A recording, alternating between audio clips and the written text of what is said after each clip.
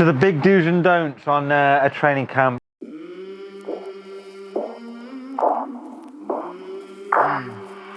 I came from the mud, there's dirt on my hands. Strong like a tree, there's roots where I stand. Oh, I've been running from the law. Hope they won't shoot me down soon.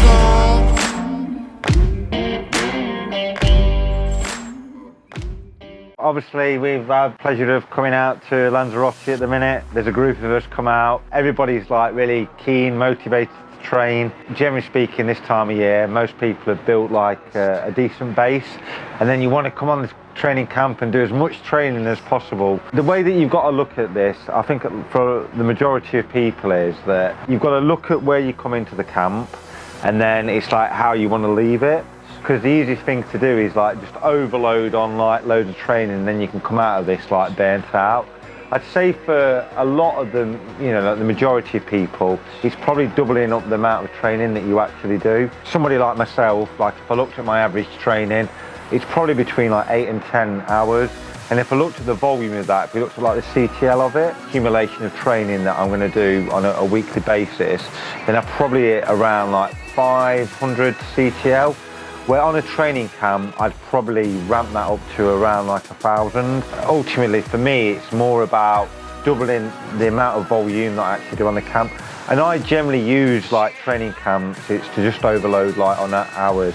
Because I think for a lot of people, you come into this kind of thing and you build like volume and intensity, and the recipe is a bit of it ends up being a bit disastrous. You know, like you leave the camp and you feel great, but then once you, I don't know, within a couple of days, you get back, you know, like, to reality, and you can be burnt out from it.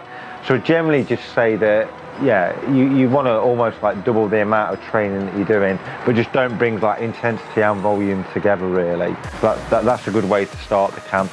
And then obviously, what I always find is when I run like a training camp, like everybody's so eager. Day one, they just want to burn themselves out, don't they? Everybody's fighting, smashing. But what I would always say, you get like that travel day, your heart rate's always going to be elevated. You've probably not eaten quite right. So I would always, like the first 2 days, say if you just want to back it off a little bit and kind of build as like the week goes in. If you're kind of out here for, you know, like you're doing your training camp for a week, it's probably by like day 3, like generally you might just want to back off, you know, have an easier day, then you can finish off strong. And I would always say like the last day that you leave, then just don't go to, you know, like you can do like volume, but don't do like loads of intensity, because the last thing you want to do is leave the camp and, you know, like you go on the plane and then you like pick illness up. It's like the worst thing that you could ever do. I also think that, you know, like doing the camp, just make sure that, you know, like you're fueling correctly. It's very easy to have too much at the buffet, you know, like you start having a few drinks and stuff. You know, ultimately, if you look after yourself, you're gonna have a great camp, you're gonna leave it, and then leaving the camp, then you can recover from it. Let let that volume settle down. Generally find that within like a week or so, like you'll probably see, like if you do like a power test or an interval session, that you'll actually get a boost in performance. But what a lot of people do is they'll ramp training up, then they'll get, you know, like, and then they'll try and carry it on.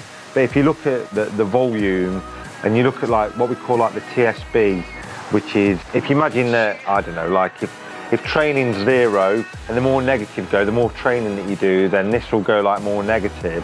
And we generally can see that on a training camp, it might go down to like -50, but you've got to just like let everything settle, come back, and then just recover from it. But if you carry that volume on, then you are going to burn out. You know, ultimately that's the best way to get the most out of the camp.